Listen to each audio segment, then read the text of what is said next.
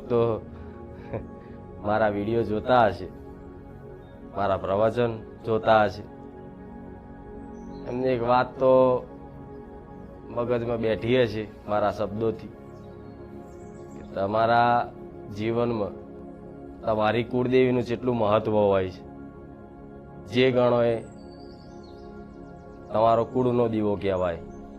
ભગવાન ગણો તોય, રાજા ગણો તોય, મહારાજા ગણો તોય, કુળનો દીવો તમારો રામ, તમારો ભગવાન, એ જ કુળની માતા.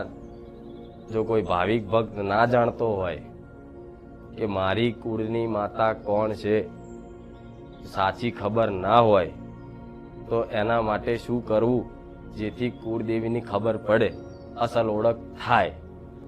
કુળદેવી કે આજકાલની હોતી નહીં. કુળદેવી તો આદિ અનાદિથી જ્યારથી તમારા વંશની ઉત્પત્તિ